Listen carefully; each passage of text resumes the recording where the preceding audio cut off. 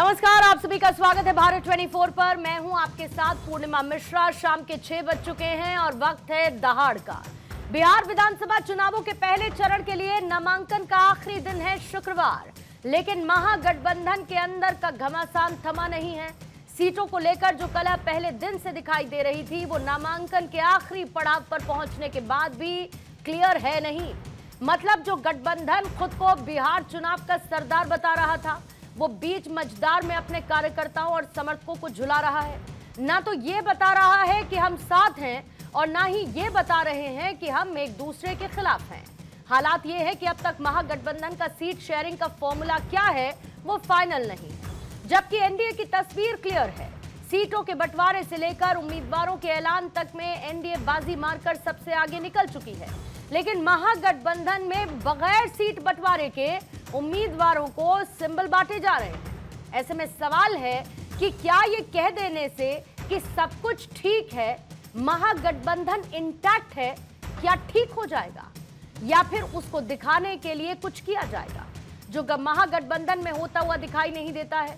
हालात ये हैं कि बछवाड़ा विधानसभा में कांग्रेस और लेफ्ट आमने सामने आ चुके हैं, जबकि दोनों महागठबंधन में होने का दावा कर रहे हैं। इसी तरीके से मटिहानी में आरजेडी और लेफ्ट ने अपने अपने उम्मीदवार उतार दिए। मुकेश सहनी की लाइन अब तक क्लियर नहीं है कि वो महागठबंधन के साथ जा रहे हैं या फिर खिलाफ जा रहे हैं। जिस वक्त ये खबर मैं आपको बता रही हूं, 6 बजे ही मुकेश सहनी एक प्रेस कॉन्फ्रेंस की तैयारी भी कर चुके हैं।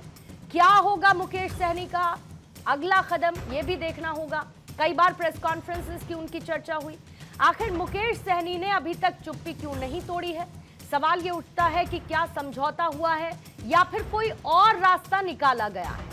आज बिहार की सियासत में इस सीट शेयरिंग फॉर्मूले पर लगे हुए क्वेश्चन मार्क पर करेंगे चर्चा, लेकिन उससे पहले बिहार के रण में चल क्या रहा है, प्रतिक्रियाएं आपको सुनवाएंगे। एनडीए गठबंधन है जिसने अपना सबसे पहले सीट शेयरिंग जारी किया और 101 जो हमको चुनाव लड़ना है उसकी सूची जारी कर दिया। उपेंद्र कुशवाहा जी ने कल सूची जारी कर दिया। एनडीए गठबंधन इतने पारदर्शिता के साथ और मजबूती के साथ आगे बढ़ रहा है, मतदाता इस बात को समझ रही है कि जिसका शुरुआत अच्छा है वही अच्छा कर सकता है। और जिस तरह से राष्ट्रीय जनता दल कांग्रेस में माथा फुटौल हो रहा है और जिस तरह से अभी तक कोई फैसला नहीं हो पाया है, जनता इस बात को समझ रही है कि महागठबंधन यानी राष्ट्रीय जनता दल कांग्रेस को अगर सरकार में लाएंगे तो उसकी स्थिति क्या होगी। हम लोग का टोटल सीट शेयरिंग की घोषणाएं हो चुकी है। सीट शेयरिंग ऑलरेडी हो चुका है और उसी के तहत हम लोग सिंबल बांटने का काम कर रहे हैं। सिंबल बांटने का हर एक दल को अधिकार है, लेकिन महत्वपूर्ण विषय है कि न नेता तय है न नीति तय है। तो आखिर और जो विपक्ष के नेता हैं उसको नामांकन के लिए भी अभिभावक चाहिए। इसका मतलब स्वतंत्र हैसियत नहीं है, आपको आत्मविश्वास की कमी है। काम बहुत अच्छी तरह चल रहा है, सिंबल बांटे जा रहे हैं और जिन जिनको नॉमिनेशंस भरनी है वो भर भी रहे हैं। प्रक्रिया चालू हो चुकी है, सिंबल बंट रहे हैं। बहुत जल्दी सब कुछ, सारी स्थिति आपके सामने होगी। सर, क्या दो को लेके बात नहीं बन रही है, इसलिए कौन कह रहा है?